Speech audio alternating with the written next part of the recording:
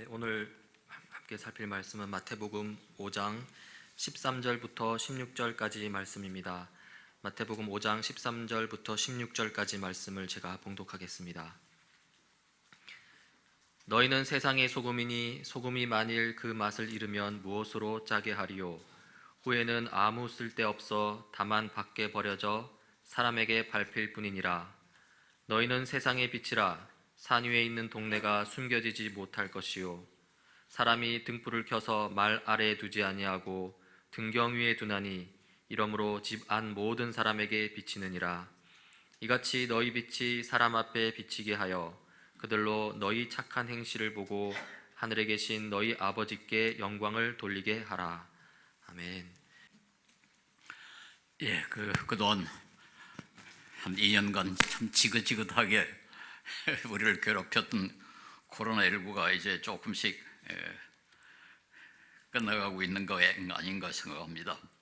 그래서 이제는 아무 제약 없이 같이 모여서 대면 예배를 드리게 될 것 같습니다. 참 감사합니다. 이 재난이 끝났기 때문에 이제는 좀 총정리를 해봐야 되지 않겠는가 그런 생각을 했습니다. 2년 반 동안 전 인류가 저 엄청난 고통을 겪었습니다. 전 세계에서 약 5억 명이 감염이 됐다고 합니다. 그리고 600만 명 이상이 사망했습니다. 우리나라에서도 1,700만 명 이상이 감염이 되고 2만 2천 명이 사망했습니다. K방역이라서 비교적 성공했다고 그렇게 말은 합니다만은, 그러나 인구비 사망률은 비교적 낮습니다만 그래도 이웃나라 일본이나 호주보다 우리가 뒤떨어진 거로 드러났습니다.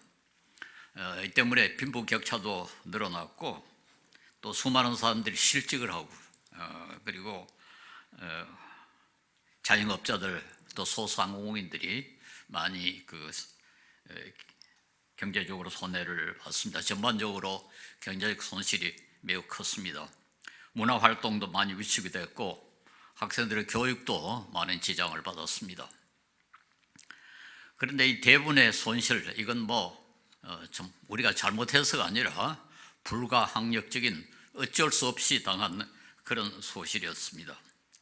그런데 이 방역 혹은 이 재난에 잘못 대처해서 아주 큰 손해를 본 것은 한국의 개신교입니다.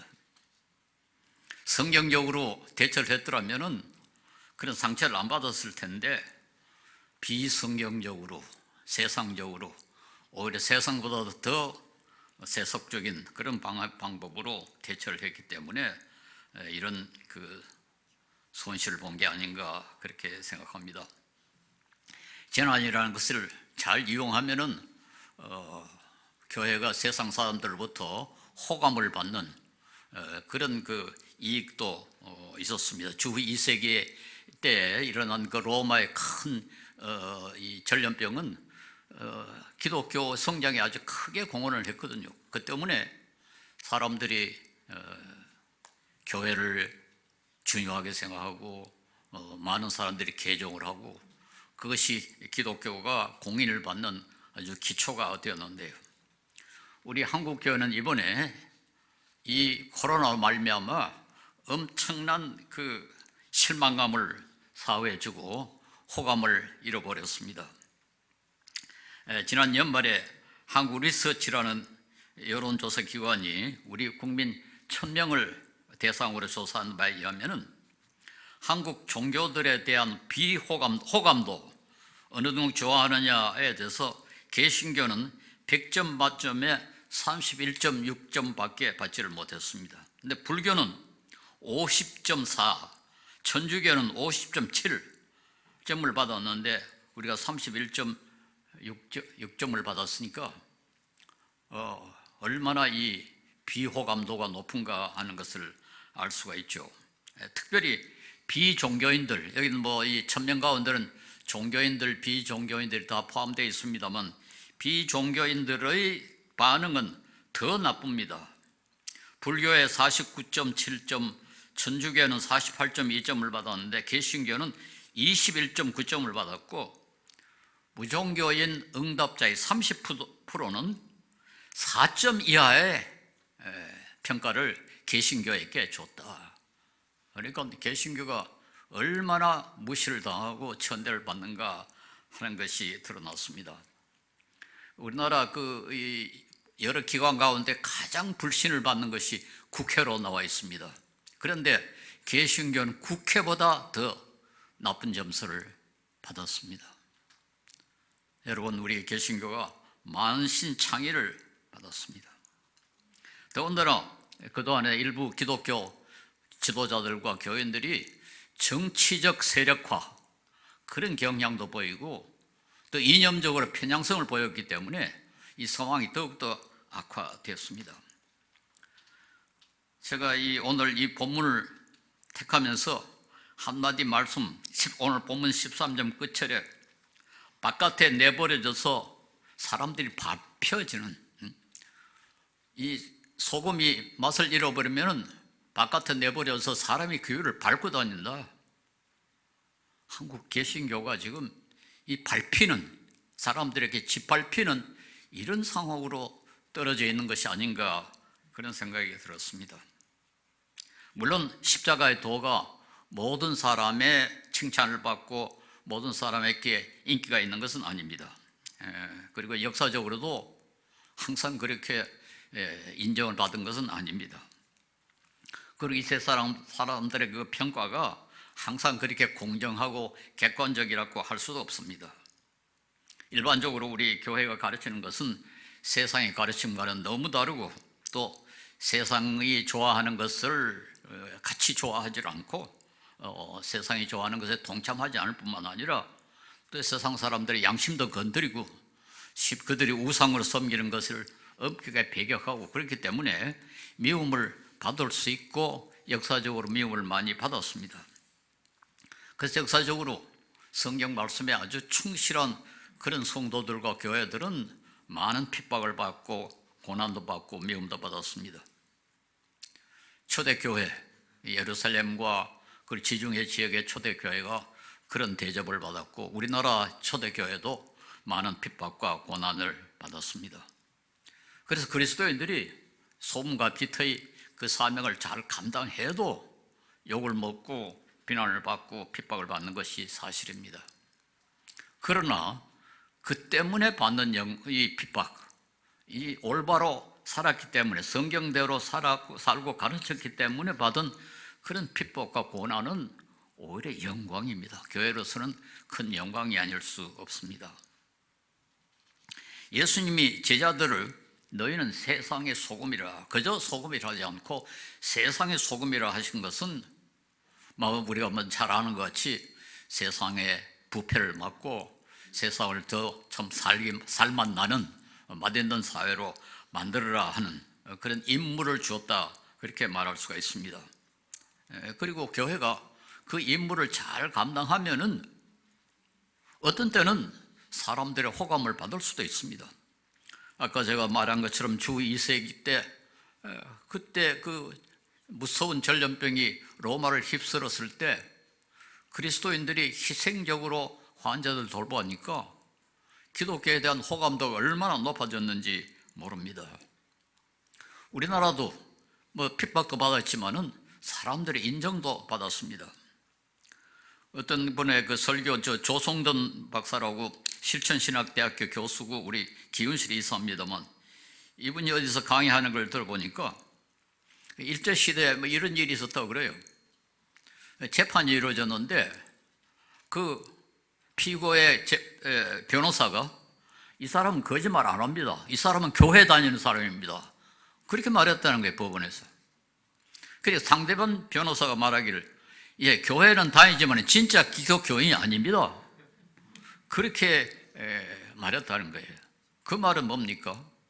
진짜 그리스도인들은 교회 거짓말 안 한다 하는 것이 일반적으로 인정을 받았다는 겁니다. 그러니까 양쪽 변호사가 다 교회 다니고 진짜 그리스도인이면 거짓말 안 한다 하는 것을 다 인정하고, 그것이 법원에 하나의 증거로 제시될 만큼 그렇게 그리스도인들이 신임을 받았습니다. 그때는 한국 그리스도인들이 세상의 소금과 빛의 역할을 제대로 감당했다, 그렇게 말할 수 있고, 1970년대까지만 해도 많은 부모들이, 좀 양식 있는 부모들은 자식이 제대로 된 인성교육을 받으려면 교회에 다녀야 한다, 그런 말을 할 정도입니다. 그때 그 교육개발 원장이 저한테 사석에서 그런 이야기를 했어요. 자기는 교회 안 나가지만은 자기 아이들은 교회에 보낸다고. 역시 교회에 보내야 제대로 된 그 인격 교육을 받는다, 그렇게 말했어요. 그러니까 지금도 이 우리 사회 지도자들 가운데 상당수는 그리스도인이거나, 그리스도인이 지금은 교회 안 다니더라도 그래도 젊었을 때, 어릴 때 교회에 다녔던 사람입니다. 그러니까 한국 교회가 이 사회에 소금과 빛의 역할을 감당했다, 그렇게 말할 수 있고, 저는 만약에 한국 개신교가 없었더라면 한국 경제도 이만큼 발전할 수 없었고, 한국의 민주화와 한국의 시민사회가 이만큼 성숙될 수도 없다고 믿습니다. 그러니까 우리 한국 기독교는 분명히 한국 사회의 소금과 빛의 역할을 잘 감당했습니다. 진짜 소금은 맛이 없어지지 않는다고 그래요. 그런데 그 사해, 그 이스라엘에 가면 사해라는 게 있지 않습니까? 사해 연안에 있는 그 소금은 이상하게 시간이 가면은 맛이 없어져 버린다고 그럽니다. 그래가지고 사람들이 그걸 길가에 버렸고, 뭐 사람들이 저녁에 그걸 밟고 다닐 수밖에 없었죠. 우리 한국 교회가 초기에는 참 소금과 빛의 역할을 잘 감당했는데, 교회가 커지고 세상 사람들의 주목을 받고 중요한 그런 공동체로 부상이 되자 교회가 소금의 맛, 빛의 역할을 잃어버리기 시작을 했습니다. 세상과 비슷하게 될 뿐만 아니라 오히려 세상보다도 더 나쁜 세속적인 그런 행동도 하게 되어가지고 결국은 이렇게 호감도를 잊어버린 겁니다. 이 세상 사람들이 다 좋아하는 게 뭐겠습니까? 돈 많고, 또 아주 호화스러운 집을 짓고 좋은 옷을 입고, 권리와 이익을 잘 수호하고 정치적으로 영향력을 행사하고 인기를 모으고, 그렇게 하면 다 좋아하죠. 그러나 이런 가치들, 돈이라든가 인기라든가 권력이라든가 이런 건 그 한정된 거 아닙니까? 상대적인 거 아닙니까? 한 사람이 많이 가지면 다른 사람이 적게 가질 수밖에 없기 때문에 자연히 경쟁적이 됩니다. 그렇게 되면 사회가 평화가 깨지고 또 욕심이 많으면 부정부패가 생겨나고, 그래서 세상이 살기가 아주 힘드는, 참 살맛 안 나는 그런 세상이 될 수밖에 없죠. 그래서 이 세상 사람들도 그런 건 좋아하지만은 다른 사람들이 그걸 좋아하는 걸 별로 좋아하지 않습니다. 자기는 돈 많고 권력 있고 호화스럽게 살기를 원하지만은 다른 사람이 그렇게 하는 그런 이 부를 갖고 권력을 갖고 인기를 누리는 것을 별로 좋아하지 않죠. 그래서 이 세상 사람들도, 그래도 종교인들은 이런 세속적인 가치를 조금 상대화하고 그보다는 더 높은 가치를 추구해야 되지 않느냐, 그렇게 기대를 하고 있습니다. 그래서 종교인들이 그렇게 하면 좋아하고, 종교인들이 그렇게 못하면 더 실망하죠.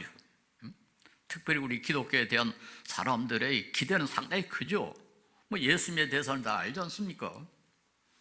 그리스도인들은 다 예수님처럼 되기를 세상 사람들도 원합니다.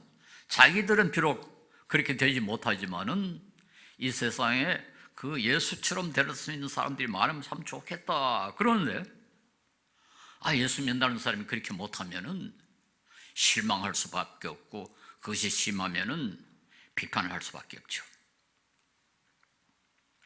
가령 요즘 우리 주택이 모자라 가지고 야단 아닙니까? 그 때문에 정치에 좀 큰 문제까지 생기고, 젊은 사람들이 그 때문에 결혼도 안 하고, 이런 상황에서 교회가 엄청나게 큰 예배당을 짓고 화스럽게 그렇게 모여서 예배를 드리면은 세상 사람들이 그걸 부러워하겠습니까? 싫어하겠습니까? 지금 그렇게 큰 예배당 져놓고 저게 좀 앞으로 운영비에 그 유지비에 교회 헌금 다 써버립니다. 겨울에 난방비, 여름에 냉방비, 청소, 보수, 그 큰 건물, 호화스러운 건물 그렇게 호화스럽게 유지하려면은 얼마나 비용이 많이 들겠습니까? 굶는 사람을 먹이고 병든 사람을 고치는데 도와야 할 돈을 그 예배당 수리하는데 예배당 유지하는 데 써버린다는 게 여러분 이게 얼마나 아깝습니까? 저는 우리가 예배당 없는 교회를 가지고 있다는 걸 아주 자랑스럽게 생각합니다. 여러분 이건 특권입니다. 저는 이걸 오히려 자랑스럽게 생각해야 된다고 생각합니다. 요즘 정치계에서는 아빠 찬스 그게 좀 문제가 되잖아요. 아빠 덕으로 자식 이익을 보면은 이런 장관 되기가 좀 어려운 그런 세상이 됐습니다.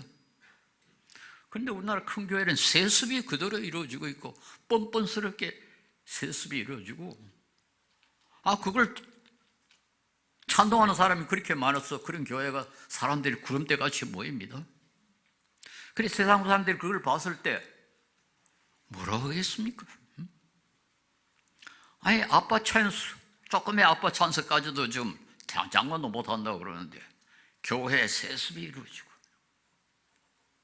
우리나라 노인 빈곤 문제가 좀 심각하다지 않습니까? OECD에서 가장 그 빈곤이 심하다고 그러지 않습니까? 그리고 그 때문에 자살하는 사람이 그렇게 많습니다. 그런데 우리나라 은퇴 목사들은요, 어떤 목사들은 그 10억에 가까운 그런 예우금을 받습니다. 심지어는 기사가 딸린 자동차까지 은퇴 목사에게 제공하는 그걸 세상 사람들이 봤을 때 존경하겠습니까? 질투하고 부러워할 수는 있겠죠. 그러나 존경하지 않습니다. 이렇게 하니까 어떻게 교회가 소금과 빛의 역할을 할 수 있겠습니까? 예수님과 사도들 그리고 위대한 믿음의 용사들은 하나같이 이런 세속적이고 경쟁적인 가치에 초연했습니다. 그러니까 세상 사람들과 다를 수밖에 없었죠. 그리고 그들은 그렇게 가르칠 뿐만 아니라 그렇게 살았기 때문에 그들은 세상 사람들에게 어떻게 사는 것이 올바른가 하는 것을 직접 간접으로 보여줬고 더군다나 영원의 한 삶을 길을 제시했습니다. 그렇기 때문에 그들은 참 진정한 의미에서 소금과 빛의 역할을 잘 할 수밖에 없었고 그리고 그들은 드러날 수밖에 없었습니다. 요한복음 8장 12절에는 예수님이 빛이라 그렇게 되어 있고 사도행전 13장 47절에는 제자들도 모든 민족의 빛이 되어야 된다 그렇게 가르치고 있습니다. 빌립보서 2장 15절에는 세상에서 별과 같이 빛난다. 별과 같이 빛나야 한다. 여기에 그 빛이라는 말을 물론 빛은 사람들에게 길을 비춰주고 밝게 해준다는 의미도 있습니다만 이 본문에는 드러난다는 것이 더 강조가 되어 있습니다. 이 성 위에 있는 산 위에 있는 도시 등경 위에 있는 빛, 등 그게 말 아래 두어버리면 빛이 숨겨져 버리지 않습니까? 그리스도인들이 드러나야 된다는 겁니다. 드러나야 된다는 거. 숨어있지 마라. 드러내라. 그런 나쁜 것으로 드러나지 말고 훌륭한 것으로 드러나라. 그리스도인들은 뭐 영어로 conspicuous. 사람들이 봤을 때 저 사람은 그리스도인이구나. 근데 그 사람들의 행실을 보니까 저 사람은 그리스도인이구나. 그렇게 할 수 있도록 행동하라는 것이 빛이 되라는 말의 중요한 가르침입니다. 그런데 만약에 소금이 맛을 잃어버리면 사해 소금처럼 그리고 등불을 말 아래 둬버리면 깜깜해져 버리죠. 그러니까 길어버리고 아무 소용없는 그런 불이 되고 아무 소용없는 소금이 될 수밖에 없습니다. 그러니까 세상을 살만나게 할 수도 없고 부패를 막을 수도 없고 옳고 그름을 분간할 수도 없고 그렇게 되면 이 사회에서는 교회가 뭐 때문에 있느냐? 교회가 저렇게 엄청나게 큰 공간을 차지하고 아니 뭐 세금 감면도 받고 여러 가지 혜택을 받는데 무엇 때문에 교회가 있느냐? 그렇게 말할 수밖에 없죠. 교회가 존재하면은 그래도 사회에 무슨 이익이 돼야 되는데 소금도 아니고 빛도 아니고 사회를 살만나게 하지도 못하고 사회 부패를 막는데 아무 공헌도 못하면 교회가 무엇 때문에 존재하느냐? 그렇게 할 수밖에 없을 것이고, 더군다나 교회가 집단 이기주의적으로 이 세상의 명예나 이 세상의 권리나 이 세상의 모든 특혜를 추구하면은 더 가가지하지 않겠습니까? 그래 놓고는 거기다 거룩한 소리만 자꾸 하면은 사람들이 얼마나 냉소를 하겠습니까? 말은 잘하네, 말은 잘하네. 그러니까 무시하고 천대할 수밖에 없습니다. 기독교란 말, 얼마나 참 수치스럽고 얼마나 부끄럽습니까? 코로나19가 창궐했을 때 대구 동산병원은 이 정부병원도 아닌데 국립병원도 아닌데 자발적으로 이 전염병 전담병원을 역할을 했습니다. 그리고 의사와 간호사들이 그리고 자원봉사자들이 정성껏 환자를 돌봤기 때문에 대구 사회뿐만 아니라 전 국민의 칭찬을 받았고, 결국 불교 재단에서 상을 줬지 않습니까? 만해상이라고 우리나라에서 아주 권 있는 상입니다. 불교 재단이 기독교 병원에 상을 줬습니다. 할 수 있는 거거든요. 소금과 빛이 된다는 게 그렇게 간단하지 않습니다. 전 그렇게 복잡하지 않습니다. 성경적으로 하면 되는 겁니다. 성경적으로. 그런데 한국 교회는 어떻게 했습니까? 정부가 비대면 예배라고 요구하니까 종교의 자유를 침해한다, 예배 권리를 주장한다, 이렇게 아주 항의를 하고, 그러니까 사람들이 봤을 때 아니 저렇게 많이 모여가 찬송을 불러대면은 감염이 확산이 되는데, 그리고 실제로 지금 교회가 그동안에 감염에 얼마나 큰 역할을 했습니까? 감염이 많이 된다는 말은 그만큼 많은 사람이 죽고 많은 사람이 고통을 당하고 가게가 문을 닫아야 되고 학교가 공부를 못하고 그것이 가져오는 지장이 엄청나게 많은데 교회가 앞장서서 이 감염을 막아야 되지 않겠습니까? 그런데 종교의 자유라는 이름으로 하나님께 예배를 드린다는 이름으로 감염이 확산되고 그 때문에 사람이 죽고 점포가 문을 닫고 학생이 공부를 못하고 이렇게 하니까 세상 사람들이 욕을 할 수밖에 없죠. 손해보고 희생하고 그렇게 해야 할 텐데, 우리의 권리, 우리의 자유. 제가 목사님들이 모임에 가서 강의를 하는데요, 이런 소리를 하니까 우리도 권리는 있지 않습니까? 권리를 주장해야 되지 않습니까? 그렇게 얘기하더라고요. 그래서 내가 예수님이 그런 권리를 요구했습니까? 그리스도인들이 지금 권리 요구할 상황이 됐습니까? 우리가 권리를 포기하더라도 한 사람이라도 적게 감염되고 한 사람이라도 적게 죽고 하루라도 빨리 이 병이 끝나는 게 그게 옳지 않습니까? 우리의 권리, 우리의 자유, 그거 유지하기 위해서 다른 사람을 더 병나게 하고 다른 사람을 죽게 하고 사회에 이렇게 큰 지장을 줘서 되겠습니까? 이상한 소리 한다고 생각을 해요. 이렇게 해서는 이 세상의 빛과 소금의 역할을 할 수도 없고 세상에로부터 존경도 받을 수 없고 인정받을 수 없습니다. 밖에 버려져서 사람들의 짓밟힘을 당할 수밖에 없습니다. 이건 지나간 겁니다. 어떻게 할 도리가 없죠. 이제는 우리가 이걸 어떻게 처리해야 되느냐, 이 문제가 남아 있습니다. 제가 지금 이렇게 천대를 받고 무시를 당하고 호감도를 상실한 것도 원통하지만 그보다 더 겁나고 걱정스러운 것은 뭔가니까 이것이 우리 기독교의 인상으로 고착이 되어버리고 우리 자신도 스스로를 이런 자화상을 만들어 버릴까? 이게 하나의 기독교에 대한 이미지로 고착이 되어 버릴까? 그게 걱정이 되고 우리 자신의 자화상이 이런 식으로 고정되지 않을까 걱정이 됩니다. 뭐 그런 말 있지 않습니까? 아이들 보고 자꾸 너 바보다 바보다 그러면 실제로 바보가 된다는 거죠. 세상 사람들이 우리 기독교를 뭐 형편없는 종교로 인정하면은 시간이 가면 우리도 우리 자신을 그렇게 볼 수 있게 되지 않겠는가? 미국의 사회학자 미드라는 분이 소위 자아라는 것은 사회적인 산물이다.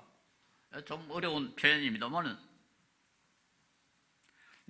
내가 나라고 말했을 때 그 나는 내가 만든 게 아니고 사회가 만든 거죠. 사회가 나를 어떻게 보느냐에 따라서 내 자아가 형성된다. 그렇습니다.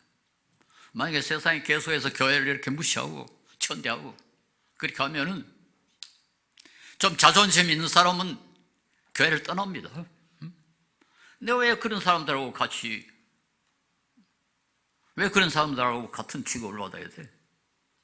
그리고 남아있는 사람들은 마치 다른 사람들이 너 바보다 하면 내가 바본가 보다. 이렇게 돼버리면 어떡하겠습니까? 제가 한번 그 소개를 한 것 같습니다만 2019년에 노벨 경제학상을 받은 그 인도인 베너지라는 사람 그리고 프랑스 부인 두플로란 부부인데요. 이분들이 공동 경제학상을 받았습니다. 그리고 그들이 쓴 책이 바로 어려운 시대를 위한 선한 경제학이라는 책인데요. 거기에 제가 한번 소개를 했죠. 아주 간단한 실험을 했습니다. 잘 속일 수 있는 실험을 해가지고 이렇게 뭐 동전을 던진다든가 해가지고 이기면은 돈을 주는 그런 게임을 만들었어요. 쉽게 속일 수 있도록. 그러니까 스위스에 가서 이 게임 하는 사람 보고 당신이 스스로를 은행원이라고 한번 생각해 봐라. 그랬더니 많이 속이더래요. 당신은 시민운동하는 사람이라고 상상을 해봐라. 그냥 훨씬 적게 속이더래요. 아니 실제로 은행원도 아니고 실제로 시민운동하는 사람도 아닌데 가령 너가 은행원이라면 어떻게 행동하겠냐. 그러니까 스위스는 은행원이 아주 무시를 많이 당하거든요. 그 스위스 은행이라는 게 유명하지 않습니까? 그 외국의 이 독재자들 돈 보호해주고 그래서 스위스는 은행원을 사람들이 별로 존경하지 않습니다. 그러니까 자기가 은행원이라고 생각하니까 나는 뭐 의뢰이 나쁜 놈인데 막 속이더라는 거예요. 시민운동하는 사람이라고 생각하니까 시민운동은 존경을 받으니까 훨씬 정직하더라는 겁니다. 당신이 공무원이라고 생각해봐라. 그렇게 해가지고 인도 사람에게 실험을 하니까 모두 속이더래요. 덴마크 사람에게 당신은 그 공무원이라고 생각해봐라 하더니 아주 정직하더래요. 자기를 어떤 사람으로 생각하느냐에 따라서 행동 방식이 달라집니다. 제가 이해를 드는 것은 우리 그리스도인이 우리 자신을 어떻게 생각하느냐? 내가 세상의 소금과 빛이라고 생각하느냐? 그러면 소금과 빛의 역할을 할 수. 나는 소금과 빛은 그건 옛날 이야기고, 세상 사람이랑 똑같고, 그저 세상 사람들이 무시하는 그런 그리스도인이라 이렇게 생각하면은 천덕스럽게 행동하죠. 저는 이때 우리 그리스도인들이 정말 대우각성해가지고 정신을 차려야 합니다. 우리 자신이 무시를 당한 데서 우리 자신을 무시해버리면은 우리는 계속해서 무시받는 천덕꾸러기가 되고 맙니다. 저는 그리스도인들이 자존심을 좀 갖자. 저도 늘 그걸 강조를 했습니다만 그리스도인들이 자신을 좀 대단한 사람이라고 생각하죠. 교만하라는 게 아니라 자긍심, 하나님의 백성이요 세상의 소금이요 세상의 빛이라는 자긍심을 좀 갖자. 그걸 좀 강조하고 싶습니다. 저는 고린도전서 6장을 1절에서 그 2절에서 4절 한번 저 읽어보겠습니다. 그 고린도 교인들 가운데 자기들은 이해관계가 있어가지고 해결을 못해서 이 세상 법원에 가서 그 소송을 하고 그랬는가 봐요. 그게 대해서 바울이 이렇게 말합니다. 성도들이 세상을 심판하리라는 것을 여러분이 알지 못합니까? 성도들이 세상을 심판해야 되는데 어떻게 너희들은 세상 사람이 가서 심판을 받느냐? 그 말이죠. 세상이 여러분에게 심판을 받겠거늘 여러분이 아주 작은 사건 하나를 심판할 자격이 없겠습니까?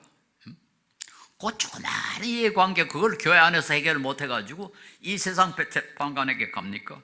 우리가 천사들도 심판하라는 것을 알지 못합니까?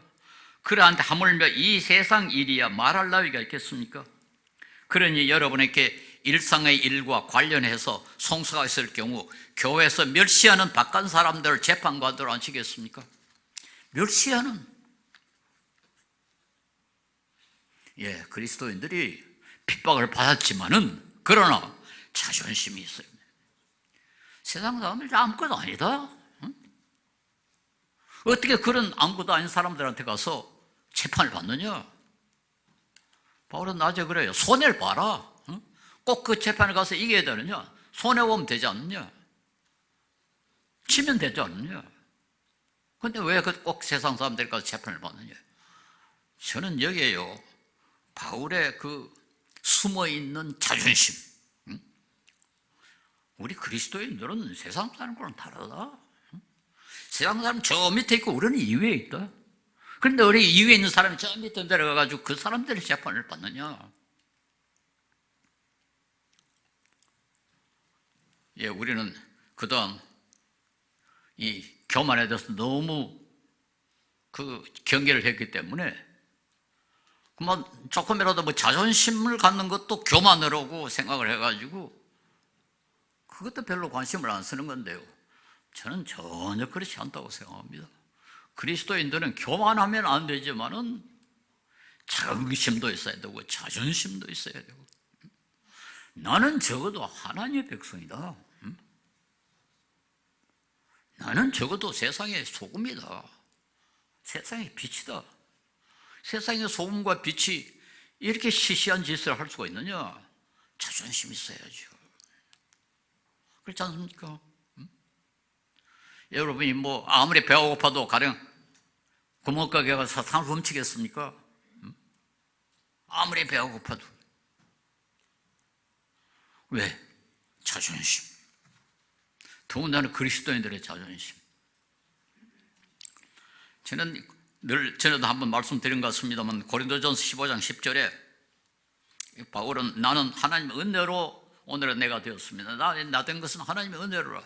얼마나 겸손했습니까? 내 바울이 이거 아무것도 아니다. 내가 이만큼 된 건 오직 하나님의 은혜다. 바울은 철저히 겸손했지만은 그러나 그는 사도로서 그리스도인으로서는 얼마나 자존심이 높았는지 모릅니다. 특별히 고린도전서 9장 15절에 보면 내가 돈 같은 것 시시한 것 때문에 비급해지기보다는 차라리 내가 죽는 편이 낫겠습니다. 이야, 이 말씀 아주 대단한 말씀입니다. 차라리 난 죽는다. 돈같이 그렇게 비천한 것 때문에 내가 비급해지기보다는 나는 저 죽여버리겠다. 얼마나 높은 자존심입니까? 저는 우리 그리스도인이 그런 자존심이 있어야죠. 그래서 제가 좀 반농담으로 그렇게 하셨으면 목사님이 젊은 목사님들이 그렇게 합니다.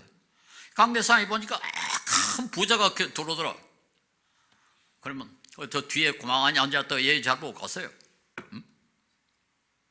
장관이나 대통령이 들어오면 저 뒤에 가만히 앉아서 예의 잘 보고 갔어요. 유명한 연예인이 와도 눈도 주지 마세요. 막 앞에 나가서 박수 치고 인사시키고 그따위 짓 하지 말아요. 목사의 그 자존심, 교회의 자존심. 교회는 세상의 돈, 세상의 명예, 권력에 그리 아첨하는 게 아니다. 그러나 남노한 옷을 입은 거지가 들어오건 앞으로 오십시오. 이 앞자리에 앉으십시오. 그렇게 해야 그 교회가 아니겠습니까?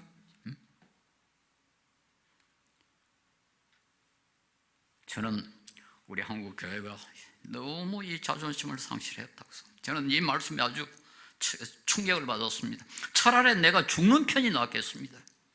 아무도 나의 이 자랑거리를 헛되게 하지 못할 것입니다. 나 자랑, 사도라는 이 자랑, 그리스도의 백성이라는 자랑, 세상의 소금과 빛이라는 자랑, 이건 아무도 빼앗아갈 수가 없다. 내가 차라리 죽었으면 죽었지 이건 못 뺏기겠다. 그 말 아닙니까? 우리가 이 세상의 사람들에게 밟혔어야 되겠습니까? 세상 사람들이 우리처럼 되기는 싫지만은 그래도 존경을 하는 그런 사람들이 되어야 되거든요. 그런데 오히려 존경을 하지 않고 저 사람들은 돈 잘 벌었으면 좋겠다 이렇게 돼버리면은 이건 완전히 맛을 잃어버린 소금이 아니겠습니까?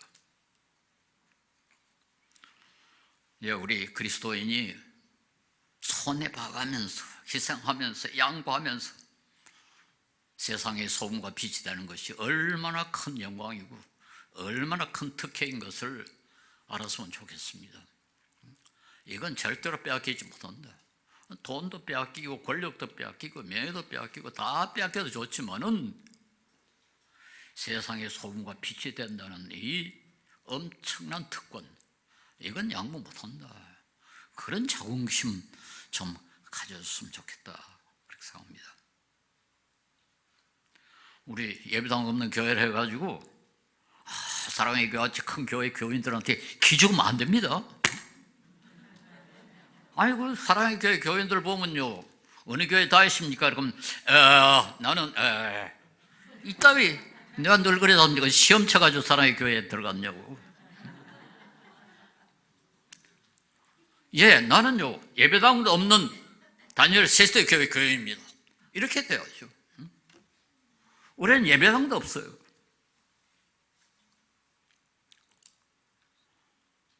예수님 집도 없었습니다. 집도 없었습니다. 바알사도도 집도 없었어요. 좀 우리 성경에 좀 더 충실한 그런 그리스도인이 됐으면 좋겠습니다. 소탐 대실, 우리 늘 하는 말 있죠. 작은 것을 탐하다가 큰 것을 잃어버린다. 돈, 명예, 권력, 인기 같은 그런 작은 것 때문에 소금과 빛이 된다는 엄청난 이익, 특권 그거 잊어버리지 말자. 이 세상에 한번 태어났더라면 그럴 때 이 세상에 소금도 한번 대보고 빛이 좀 대봐야 되지 않겠습니까? 이 세상의 대부분의 사람들, 심지어 짐승도도 좋아하는 그런 돈, 권력, 명예 이런 것 때문에 이 고귀한 소금과 빛이 된다는 사명 잃어버리지 말고 우리 좀 자긍심을 가지고 떳떳하게 의젓하게 그렇게 살았으면 좋겠습니다. 그리스도인 교만하지 말되 의젓하자. 떳떳하게 살고 떳떳하게 행동하자. 그래서 이 세상 사람들로부터 부러움의 대상은 아닐지라도 존경의 대상은 좀 받아야 됐으면 좋겠다. 우리 자신을 위한 것이 아니라 하늘에 계신 아버지께 영광이 되기 위해서. 그렇게 했을 때 비로소 하늘에 계신 아버지가 영광을 거두십니다. 그리고 오늘 본문에 그렇게 되어 있지 않습니까? 결국 하늘에 계신 아버지께 영광을 돌리게 하려 함이라. 그것이 우리가 이 세상에 부름을 받은 아주 근본적인 목적이고 그건 우리 자신에게도 큰 영광이고 우리에게 삶의 가장 중요한 목적을 우리 달성하는 거라고 생각하고 좀 오늘부터는 그리스도 안에서 귀족이 되는 그리스도 안에서 상류층으로 그렇게 생각하고 행동할 수 있기를 바랍니다. 기도하겠습니다.